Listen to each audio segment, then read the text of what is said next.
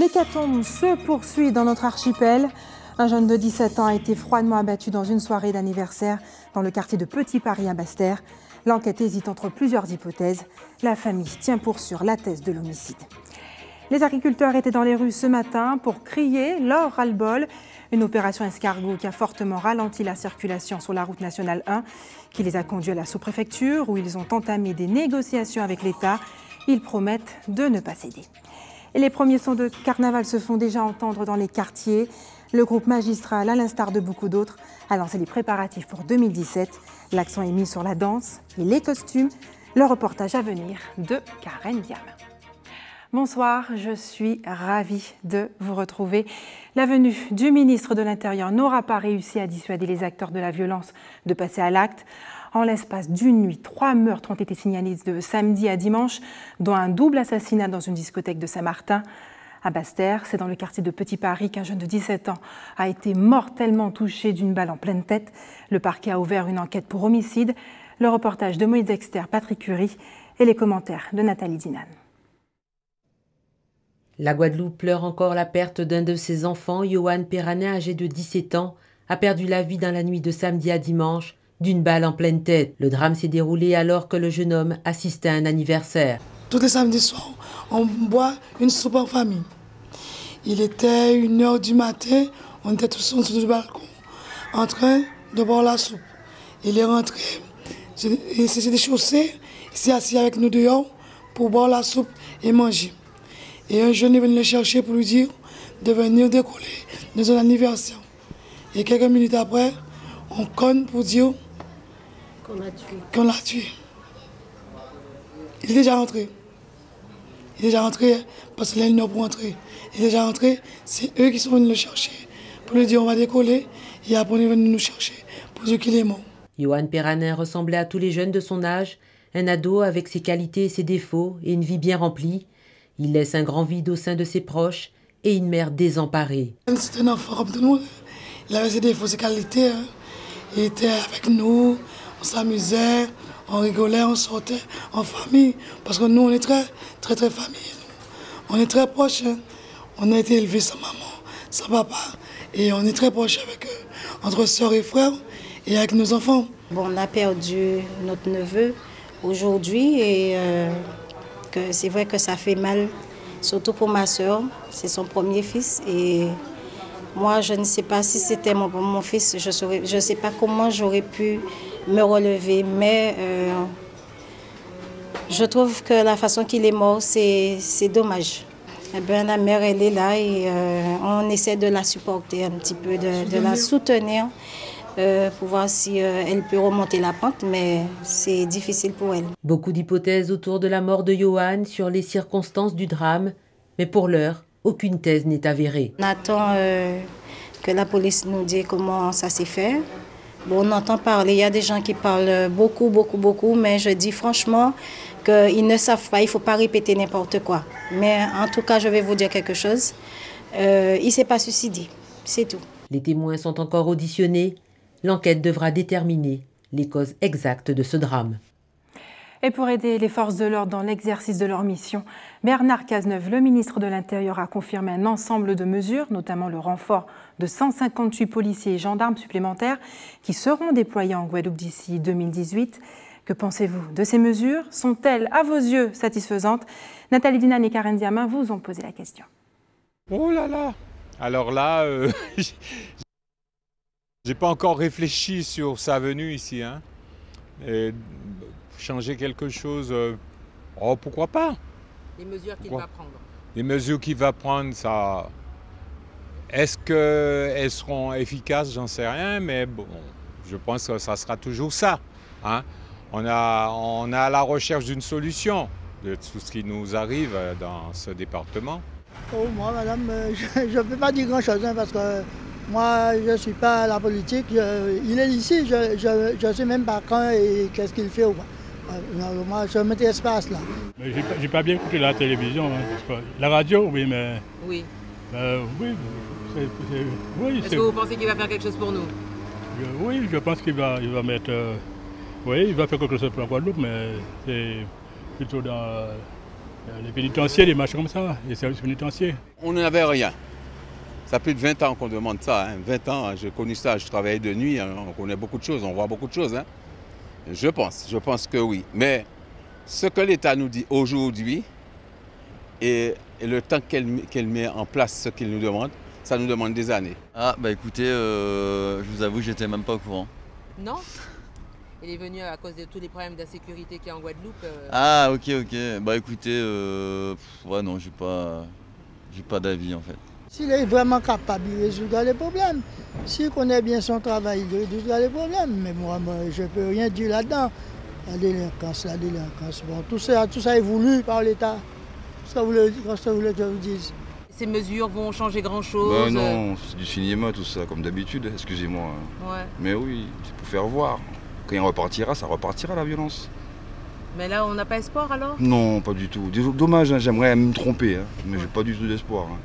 Ça va être en plus, en tout cas. On verra par la suite ce que ça va donner.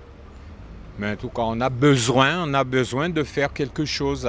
Je crois que les mesures, il n'y en a pas une d'entre eux qui tient cette mesure. La mesure, c'est d'aller vers les jeunes.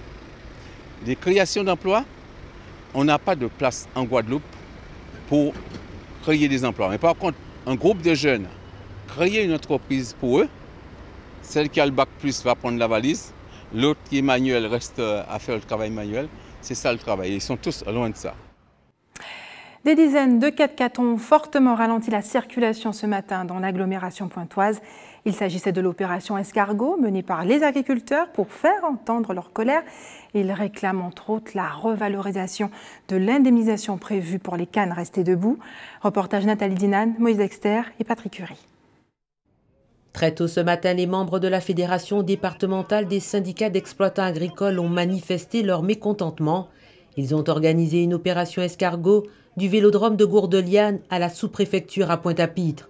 Le seul moyen pour eux, d'alerter l'opinion publique sur leurs difficultés. Tous les points nous demandaient déjà habiter à Kandoubout là qui est en priorité. Ensuite, nous avons problème d'élevage là, dossier à sécheresse là, dossier à tout ça là.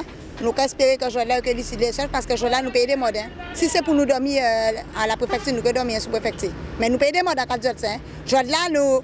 Je là nous paraît pour que l'agriculture on note tournure là.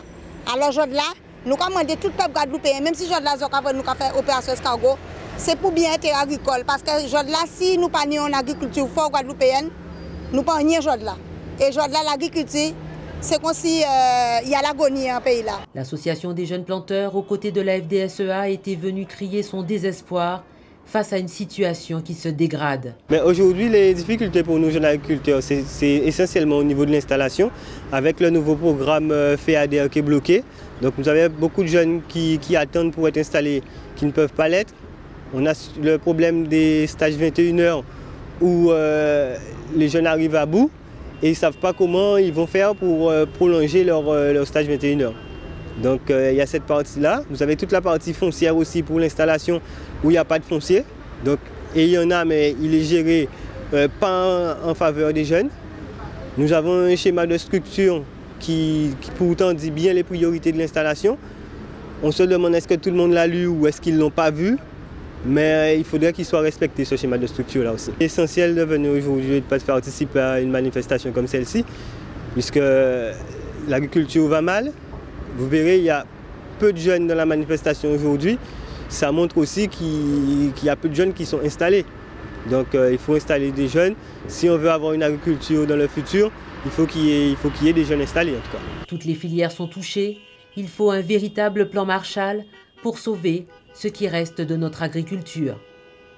En bref, Junior, le lamentin réintroduit dans nos eaux il y a seulement 2 mois, n'a pas résisté à une infection rénale. Le mammifère avait été pourtant pris en charge par les services vétérinaires et mis sous antibiotiques. Un échec qui ne décourage pas pour autant les équipes sur place. Elles ont prévu l'arrivée de lamantins femelles dans les prochains mois en Guadeloupe. Et pour tirer leur épingle du jeu, certains agriculteurs n'hésitent pas à aller vendre leurs produits frais directement aux consommateurs. Des fois, ces paniers de fruits rencontrent un véritable succès. Les paniers bio riment souvent avec bonheur pour ces exploitants agricoles. La preuve en image avec Emmanuel Labo d'ATV Martinique. Si tu ne vas pas au marché, le marché viendra à toi. Depuis 1 an, cette cliente se fait livrer ses fruits et légumes au bureau, un choix qui ne s'est pas fait au hasard. Ce petit truc-là, c'est proche d'un chou chinois, ça s'appelle du pak choy en fait. Oui. Donc tu éminces et puis tu fais revenir au wok, sauter à la poêle, enfin comme tu veux avec de la viande. Ok. Voilà, et puis aujourd'hui on a des gombos. Des gombos, super. Et de quoi faire une infusion de citronnière. De citronnière. Tous les vendredis, j'ai ma petite box. Je peux aider les producteurs martiniquais à continuer de produire. Et puis, on a toujours le sourire d'Elisabeth. Un sourire qu'elle cultive depuis maintenant 18 mois. De retour au pays après une dizaine d'années passées dans l'Hexagone, Elisabeth Absalon décide de développer le concept de livraison de paniers maraîchers. Aujourd'hui, elle s'approvisionne en fruits et légumes auprès d'une 50aine d'exploitants martiniquais. Ce jeudi, c'est chez Yvonne qu'elle vient se ravitailler en légumes racines pour composer ses box nature. Dans ma démarche, j'ai voulu une valorisation du métier d'exploitant agricole. Donc du coup, et en même temps, une sécurisation de leur situation. Donc, quand je retire de la marchandise, je paye au retrait de la marchandise, à l'enlèvement. Le client Box Nature sait qu'il participe à une redynamisation du secteur agricole en commandant sa box en fait. Des box bien achalandées en fruits et légumes pays que le client peut commander directement sur le site internet. 3 formules au choix entre 20 et 30 € selon le format. Des produits frais récoltés la veille et difficiles à trouver dans les circuits conventionnels. Le but c'est de pouvoir ramener sur nos tables des fruits et légumes qu'on oublie. Parce qu'en fait, on ne les consomme plus, parce que nos grands-mères les consommaient, et puis que finalement, vu que ce n'est plus dans les réseaux, dans les circuits de distribution traditionnels, ça quitte nos esprits, ça quitte nos tables, et puis finalement, je vois quand j'étais petite, j'avais un jujubier à côté de chez moi, mes enfants, ils ne connaissent pas les jujubes. Près de 70 clients qu'elle livre uniquement sur leur lieu de travail ou dans des points relais. Alexandre Terne s'est lui aussi lancé dans cette aventure. À la différence d'Elisabeth, il est un exploitant agricole et a décidé d'écouler en direct ses productions maraîchères et vivrières certifiées agriculture biologique. Le bio, c'est donc un domaine qui est très précis et qui est contrôlé.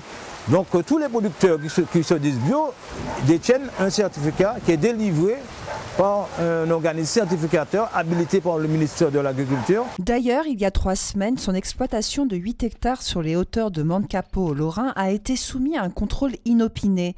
Sa petite entreprise, BioPaynou, emploie jusqu'à 5 ouvriers agricoles en insertion professionnelle, une ressource humaine qui lui permet chaque semaine de récolter des produits pays de saison et de préparer entre 9 et 15 paniers selon les commandes passées sur le site internet.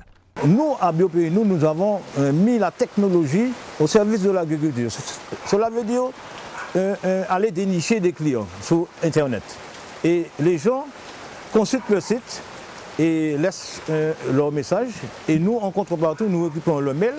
Et le mail, nous informons aux clients le panier de la semaine.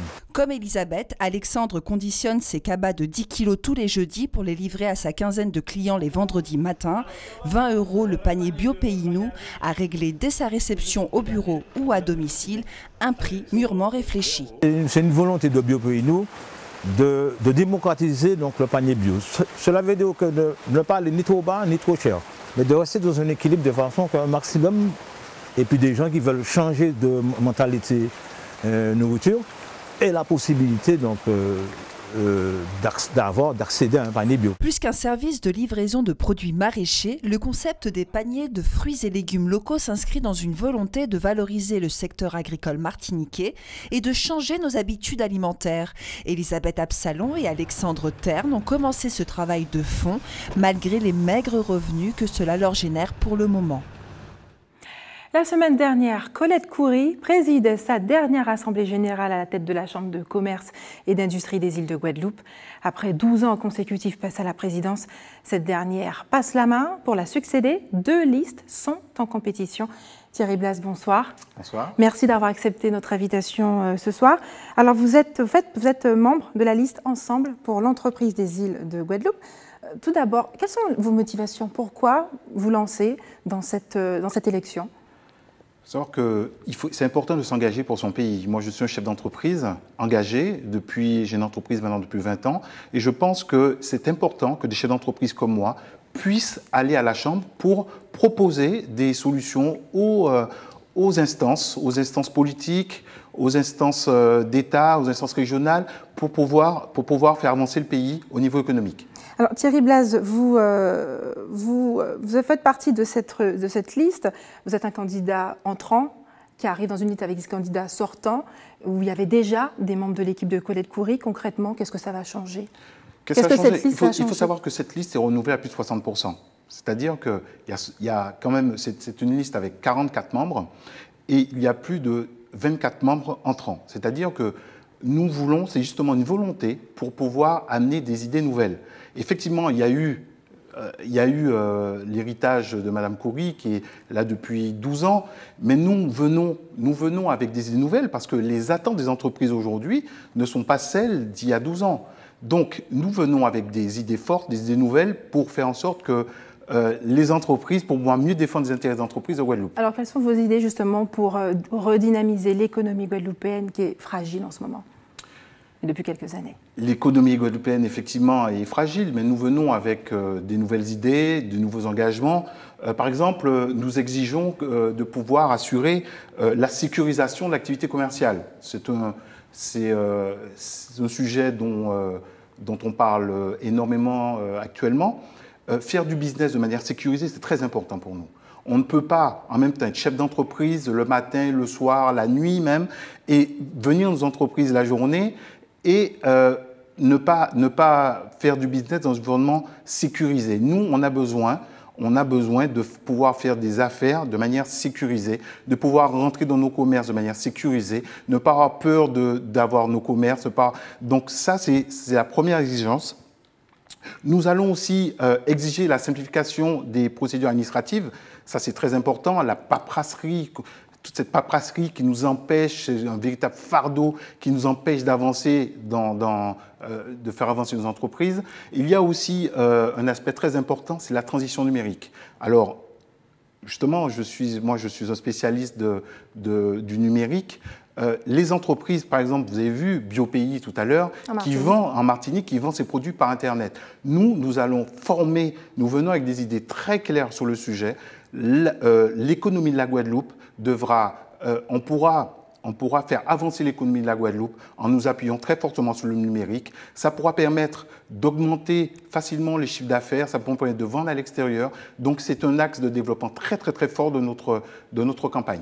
Alors Thierry, là, je retiens la sécurité, la simplification des démarches administratives, cette transition numérique. Également, il y a des dossiers un peu plus concrets, j'ai envie de dire aussi. Le WTC qui devient vétuste. Est-ce que vous pensez laisser ce bâtiment dédié aux activités économiques dans cet état dont tout le monde se plaint? Bon, il faut savoir que moi, l'équipe, comme je vous ai dit, c'était une équipe totalement nouvelle. Donc, quand nous allons arriver aux affaires... Pas totalement nouvelle. Hein. Oui, pas totalement nouvelle, mais il y a quand même 60% d'entrants. Je tiens à le souligner. Quand nous allons arriver aux affaires, c'est un sujet qui nous préoccupe énormément. Ça va être une de nos priorités. Parce que le WTC, moi, je ne vais pas m'amuser aujourd'hui à vouloir tirer des conclusions avant de savoir exactement ce qu'il en est. Effectivement, le WTC a failli être déjà par le passé vendu parce que c'est un outil qui est fortement en déficit. Mais il faut savoir qu'il y a des gens qui y travaillent. Donc, il faut être très très prudent sur le sujet. Simplement, ce que je vous dis, c'est une de nos priorités. Et quand nous allons arriver à la Chambre, nous devrons vraiment trouver une solution à ce problème. Il y a un autre secteur qui est encore bien connu, très en difficulté, celui du BTP. C'est un secteur sous perfusion. Est-ce que vous avez justement des idées pour aider ces professionnels? La nouvelle équipe, on devrait être en coordination avec les nouvelles instances qui s'occupent du développement économique. Avec la décentralisation, nous avons maintenant les régions qui sont chefs de file au niveau économique, de même que les communautés d'agglomération. Donc, nous devrons, quand nous allons arriver à la tête de la Chambre, nous allons faire une table ronde, justement, avec toutes les instances politiques pour pouvoir faire relancer la commande publique sur des marchés sur le long terme. Pas forcément faire de la poudre aux yeux, mais vraiment réfléchir sur des marchés sur le long terme pour pouvoir relancer la commande publique pour les entreprises du BTP. Thierry Blaz, merci d'avoir accepté de répondre à nos questions ce soir. On va parler d'un autre sujet qui faisait débat il n'y a pas si longtemps, concernant les infrastructures sportives. Certains chantiers prennent du temps pour sortir de terre. C'est le cas du complexe sportif de Blachon-au-Lamentin. Ce dernier aurait dû être livré depuis la rentrée scolaire et avec les pluies diluviennes, ça a un petit peu modifié le calendrier. On regarde le reportage de Linda Kayarsi. La réhabilitation du complexe sportif de Blachon avance lentement mais sûrement entre les actes de vandalisme perpétrés en juin dernier et les pluies abondantes de ces derniers jours.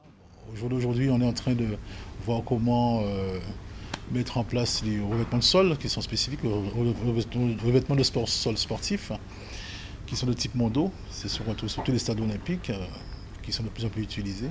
Et il faut bien qu'on ait bien 2-3 jours de temps sec pour pouvoir coller ces revêtements pour éviter qu'il ne se décolle du fait de l'humidité dans les bétons et dans les enrobés. Alors tant et si bien qu'avec le climat qu'on a, les tempêtes qui passent, les imprévus, les intempéries, on ne peut vraiment rien faire. On attend, le temps passe, mais on devrait arriver au terme du projet très prochainement. Un chantier donc quelque peu au ralenti, mais aussi d'envergure, sur fond des nombreuses doléances des enseignants des établissements scolaires lamantinoises, comme notamment la création de nouveaux points d'eau ou encore la construction de vestiaires flambant neufs. Aujourd'hui, on est arrivé pratiquement à une vingtaine de points de robinets. S'en est suivi la volonté d'avoir des séparations, des barrières entre toutes les différentes aires de jeu, qui sont de demandes spécifiques également des enseignants. Et ensuite, c'est rajouté la volonté de leur part de créer un vestiaire sanitaire en complément du gymnase qui est existant. Donc on créera pratiquement 2 vestiaires filles, 2 vestiaires garçons, plus des vestiaires pour les enseignants. S'ajoute à cela effectivement une programmation pour une piscine hors sol qui viendra par la suite. En attendant tous ces travaux, les jeunes lamantinois devront se montrer patients avant de pouvoir profiter pleinement de leur nouveau complexe sportif aux normes haute qualité environnementale. Restez avec nous dans un instant. Les premiers sons du carnaval se font déjà entendre. Gros plan sur le groupe magistral de Basse-Terre. Et puis nous verrons que le carnaval est aussi un produit touristique. En tout cas, le comité de tourisme de Guyane entend bien en faire un produit d'appel. Mais avant, le coup d'envoi de la Semaine Bleue a été donné hier au Palais des Sports du Gosier. Tout au long de cette semaine, des manifestations seront mises en place sur l'ensemble du territoire pour favoriser les liens entre générations afin de lutter contre l'isolement des plus anciens. Un atelier de mémoire était d'ailleurs organisé aujourd'hui à la médiathèque intercommunale de Basse-Terre. On écoute la directrice de l'établissement, une belle initiative qu'elle nous explique justement. Elle est interrogée par Moïse Dexter et Patrick Curie. Alors cette année, nous avons justement voulu, nous, au sein de la médiathèque, pouvoir faire les aînés participer à nos activités, découvrir la médiathèque et surtout créer des liens intergénérationnels. Nous avons eu un atelier d'écriture autour de la mémoire. Nous avons également eu des activités telles que la peinture, le coloriage, des activités des jeux traditionnels comme le loto. Voilà, et puis nous avons voulu que les aînés puissent sortir un peu de leur milieu quotidien et venir ailleurs voir autre chose. Nous avons reçu des EHPAD, notamment 2 EHPAD du sud Basse-Terre, ainsi que des particuliers, et également une association de personnes handicapées qui a bien voulu se joindre justement à cette manifestation. Nous avons prévu justement d'autres activités, notamment jusqu'au jeudi 6, avec demain un atelier Wari. C'est un atelier africain qui consiste à mettre en place des jeux stratégiques. Nous aurons également mercredi un atelier vannerie et le jeudi atelier piscine, toujours pour les aînés. Et la présidente de la commission des personnes âgées et handicapées du conseil départemental nous a rejoint sur ce plateau. Chantal Lérus, bonsoir. Bonsoir. Merci d'avoir accepté notre invitation. Alors chaque commune organise des animations pour valoriser les aînés. Aujourd'hui, il y a eu à Basse-Terre cette animation, mais également à Morne-à-l'Eau, une manifestation à l'école de Chiazo sur le thème « Petit et grand ». Nathalie Dinan et Karel Diamin ont assisté à ces échanges. On regarde ensemble. Mamie, papi, merci pour tous les sacrifices que vous faites pour me rendre heureux. Ils se sont préparés, les écoliers du groupe scolaire Ludger Marie, à recevoir les aînés de Morne-à-l'Eau dans le cadre de la Semaine Bleue, car chaque collectivité y va de son originalité pour rapprocher les générations. Nous considérons que la société aujourd'hui souffre de liens entre les personnes âgées et les enfants et les plus jeunes. Et donc l'une des préoccupations du Centre communal d'action sociale cette année, comme elle le fait aussi les autres années, mais cette année spécialement, on a décidé de venir à l'école de Chazot et de faire se rencontrer ces deux générations. Afin de montrer à l'une et à l'autre comme il est important de partager, l'une apprend et l'autre transmet savoir et expérience. Dans un contexte difficile, nous avons besoin d'être ensemble, de vivre ensemble. Voulez-vous danser, grand-mère? Voulez-vous valser, grand-père? Tout comme au bon vieux temps, quand vous aviez 20 ans. Les enfants ont préparé des chants, ils ont écrit des mots qui étaient très personnels sur leurs grands-parents. Et ils ont aussi préparé des poésies. Finalement, dans une société comme la nôtre, on voulait un peu voir ce que représente un grand-parent pour un enfant. Donc on a eu en fait toute une variété d'idées des enfants. Finalement, il parle beaucoup d'amour dans ces mots. Oui, voilà. Alors, on a vu que vraiment le lien essentiel finalement de la personne âgée pour l'enfant, c'est vraiment l'amour et l'espèce de bonheur qu'il apporte. Et pour moi, c'était essentiel. Essentiel pour ces enfants d'exprimer leur amour et pour les anciens d'en faire des adultes de demain. Ce sont nos représentants de demain, les enfants. C'est eux qui remplacent nous. Apprendre eux, dans la vie, il faut faire un choix. Les enfants, ça va? Tout le temps. Vous allez bien? Chambre. Et même puis il y a rien encore des personnes qui moins, même papa moi, mais toujours les choix, toujours là, il faut faire les choix. Choisir les biens, choisir la bonne voie. Pas quand on a 12 ans, 13 ans, où j'ai fumé joint, où j'ai en drogue, regardez-moi, à 99 ans. En partie en bon état que ça, mais en partie en mauvais état que ça, on peut raisonner bas. Des aînés bien présents pour parler d'un passé où tout cela n'existait pas. Avec un rien, ils construisaient leur jouet, leur bonheur, un pan de vie que les enfants ont pu découvrir avec un plaisir immense. Une belle journée pour resserrer les liens. Une réaction par rapport à ce reportage, je vous ai vu sourire, ça vous a ému? Ah bah oui, ça m'émeut toujours. C'est vraiment un bel exemple de mixité intergénérationnelle. Et en fait, c'est ce que la Guadeloupe devrait être tous les jours, fraternelle, solidaire. Où toutes les générations ont leur place. Il y a quelque chose qui n'existait pas avant, c'est le phénomène d'isolement des personnes âgées. Est-ce que ce phénomène a gagné du terrain en Guadeloupe? Alors je ne dirais pas qu'il n'existait pas avant. C'est un phénomène de plus en plus prégnant, c'est vrai. L'isolement, la solitude des personnes âgées sont de plus en plus mises en évidence sur tous les territoires. Il n'y a pas de territoire particulièrement préservé. Et c'est pour nous un challenge au Conseil départemental. C'est d'ailleurs une action forte de notre nouveau schéma départemental de l'autonomie où nous continuons à promouvoir une idée qui s'appelle Mona Lisa. C'est une charte d'engagement. C'est le mouvement national contre l'isolement des personnes âgées. Donc c'est vrai que c'est un phénomène de plus en plus prégnant, mais nous le combattons. Alors pour briser leur isolement, le Conseil départemental a décidé de mettre les petits plats dans les grands, une meilleure coordination avec les CCAS dans le cadre de cette semaine bleue, et surtout un grand village des seniors qui aura lieu les 6 et 7 octobre prochains au WTC de Jarry. 2 journées, un accès libre et gratuit. Quel est le programme et l'ambition de ce village? Alors c'est toute la semaine bleue qui est innovante, la semaine bleue 2016. À tout âge, faire société, nous voulons faire société. Nous avons fait société hier avec une belle journée d'ouverture avec les clubs. Nous aurons l'occasion de faire société avec les clubs à Marie-Galante le 8 octobre pour la clôture à Marie-Galante, le 9 octobre au Stade des Abîmes pour la clôture pour tout le département Guadeloupe. Mais c'est vrai que nous avons cette année une grande innovation que nous menons avec des partenaires traditionnels, l'ARS, la CGSS, l'UDCAS, l'Union départementale des CCAS, vous l'avez dit, la Fédération des clubs, bref, un grand lionnage pour justement promouvoir notre premier village des seniors. Parce que c'est vrai, sur 2 jours, donc le 6 et le 7 octobre, au WTC, nous accueillerons la famille guadeloupéenne. Parce qu'au-delà, c'est le village des seniors, mais nous sommes tous des seniors en devenir et que nous appelons les familles guadeloupéennes à venir nombreuses pour voir quelle est l'action du conseil départemental en particulier, mais de l'ensemble des prestataires, des partenaires, pour offrir une meilleure politique de prise en charge des aînés. Alors justement, pour enrichir cet événement, vous avez fait appel à de nombreux spécialistes qui animent des conférences débats, des ateliers pratiques. J'ai noté par exemple l'importance de la nourriture pour bien vieillir. C'est important pour vous de rendre accessible cette information justement? C'est fondamental. D'autant plus que nous sommes un département qui connaît une véritable révolution démographique. Nous sommes aujourd'hui un département très jeune. D'ici 15 ans, nous serons un département très âgé. Et c'est vrai que ça se travaille, ça s'anticipe.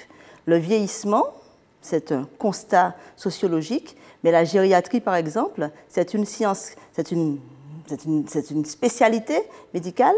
Et donc, il y a des déclinaisons. Et dans les déclinaisons, il y a la façon de s'alimenter.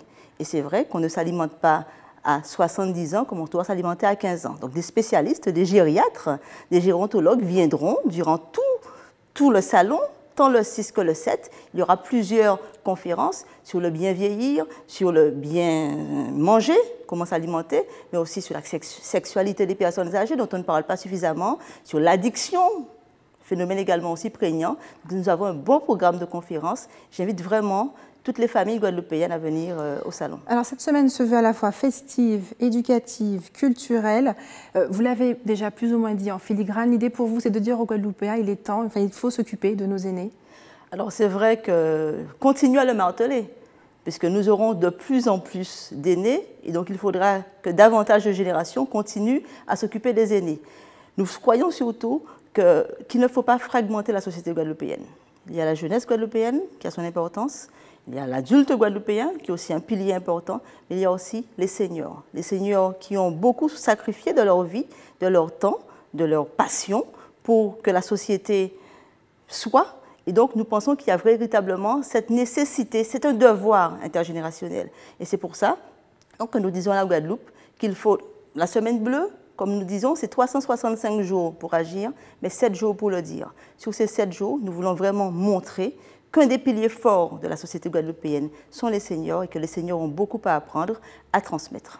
Justement, vous pensez que les seniors ont un rôle à jouer, vraiment très important au niveau des jeunes? On voit cette vague de violence, leur transmettre des valeurs. Alors pour nous, c'est fondamental. Je voudrais vraiment saluer le choix de la présidente du conseil départemental, Mme Josette Bourrel-Lincertin, qui a choisi un couple intergénérationnel pour être les marraines, les parrains de cette édition de 2016 de la Semaine Bleue, puisque la marraine n'est autre que Mme Georges Tarrea, qu'on ne présente plus, qui a 95 ans, je le dirais volontiers, parce que je voudrais aussi saluer l'âge de son compère, le parrain, Dali, que les jeunes connaissent, qui ont 30 ans. Et c'est vrai que nous prenons plaisir à voir ce couple intergénérationnel, devenu d'ailleurs depuis quelques jours quasi fusionnel, puisqu'ils étaient encore aujourd'hui ensemble au centre gérontologique, pour dire voilà, la société guadeloupéenne d'aujourd'hui, mais de demain, doit être ça. Doit être une véritable alliance, une solidarité, une mixité entre les générations. Et que le lien intergénérationnel, il ne se décrète pas, il se construit et il se nourrit. C'est ça le sens de la Semaine Bleue 2016 pour nous, à tout âge, faire société. Chantal Lerus, le conseil départemental veut aller beaucoup plus loin en mettant en place au mois de novembre les assises de la famille guadeloupéenne. Est-ce que vous pouvez ce soir nous en dire plus? Alors, nous sommes vraiment aussi dans le prolongement de la Semaine Bleue. C'est vrai que nous voyons que les familles guadeloupéennes, qu'il y a un problème de la famille guadeloupéenne. Et là encore, la présidente du conseil départemental, après les drames récents, a avancé une idée, mais qu'elle mûrissait déjà depuis longtemps, celle des assises de la famille guadeloupéenne. Il s'agit vraiment de créer un espace de réflexion, puisque ces assises seront lancées donc au mois de novembre, dans le cadre de la Semaine internationale des droits de l'enfant, mais seront véritablement territorialisées. Ça sera vraiment un espace de conférences, de débats, d'échanges de la famille.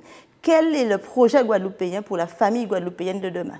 C'est vraiment ça le sens de la réflexion, où tous les acteurs auront leur mot à dire, parce qu'on ne devient pas parent, on se construit parent, on doit apprendre à être parent, on doit conforter les familles guadeloupéennes dans leur parentalité. Et donc c'est tout un schéma qui est proposé entre novembre, date du lancement, et février 2017. Donc véritablement, ça sera un projet qui aura l'occasion de mûrir pour un vrai projet guadeloupéen pour la famille. Chantal Lerus, merci d'avoir accepté de répondre à nos questions ce soir. Et nous partons en Guyane où le comité du tourisme souhaite faire du carnaval un produit d'appel dès le mois de janvier. On regarde le reportage de nos confrères d'ATV Guyane. Le carnaval guyanais se prépare et même avec 6 mois d'avance. Ce matin, différents acteurs du monde carnavalesque guyanais se sont réunis autour d'une table afin de réfléchir à un carnaval plus rayonnant pour la prochaine édition. Ce produit carnaval fait partie de notre schéma régional de développement. Les gens entendent vraiment qu'il y a un carnaval qui existe en Guyane, même aux Antilles par exemple, mais n'ont peut-être pas forcément la possibilité de venir. C'est là toute la problématique et c'est ensemble que nous allons voir comment effectivement proposer un package à des touristes pour venir lors de ce carnaval. Parce qu'il faut savoir que lorsque l'on propose de vrais packages, c'est toute l'activité économique qui en bénéficie. Le carnaval devrait et doit être un réel atout touristique pour la Guyane. La conclusion est sans appel. Le carnaval devrait apporter un avantage économique à la Guyane. Ici, il n'est plus question de parler du carnaval comme d'un simple événement, mais d'un produit à proposer. C'est-à-dire que s'il n'y a pas de travail de collaboration, de politique tarifaire attractif, de la construction d'un package, d'un produit touristique réellement axé sur le carnaval par exemple, il faut que les touristes quand ils viennent en Guyane soient pris en main, c'est-à-dire que de la location de la robe pour entrer dans les dancing, etc., il faut qu'ils soient accompagnés de bout en bout. On ne peut pas les laisser, débrouillez-vous, vous allez chez Nana ou chez Paulina, puis débrouillez-vous pour louer la robe. Il faut vraiment qu'il y ait un travail de collaboration avec des personnes qui louent les robes, qui fassent par exemple des tarifs groupes, les hôteliers pareil pour la période de carnaval pour qu'ils puissent faire un tarif intéressant, les compagnies aériennes principalement également faire des tarifs intéressants pour que justement on en fasse un produit attractif. Ça commence aussi par là. Une mission assez ambitieuse dans laquelle veut se lancer le comité du tourisme. À 5 mois du carnaval, la difficulté est de taille pour quelque chose qui ne s'est jamais fait auparavant.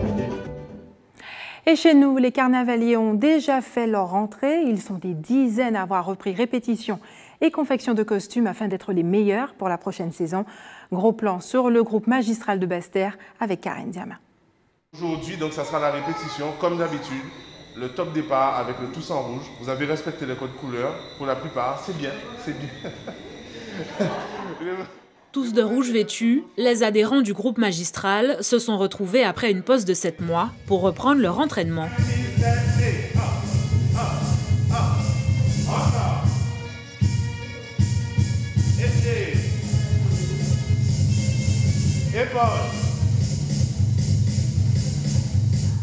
C'est le 3e rendez-vous comme ça que nous donnons. Magistral aura 2 ans, mais ça sera la 3e saison.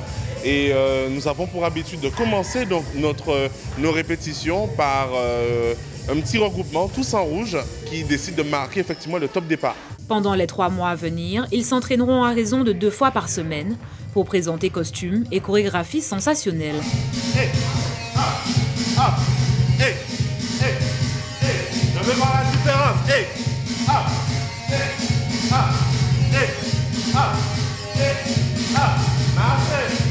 c'est véritablement, je pense, le cheval de bataille qu'un président doit avoir, c'est que quand ses membres sont dans la rue, qu'ils doivent être heureux d'être là et qu'ils soient contents de pouvoir véhiculer une image de la Guadeloupe qui est autre de celle qu'on a l'habitude de voir, un peu de violence et tout. Et là, effectivement, donc dans la période carnavalesque, c'est, je pense, cette image-là qu'on devrait se battre pour pouvoir défendre. C'est une image d'unité et d'amour.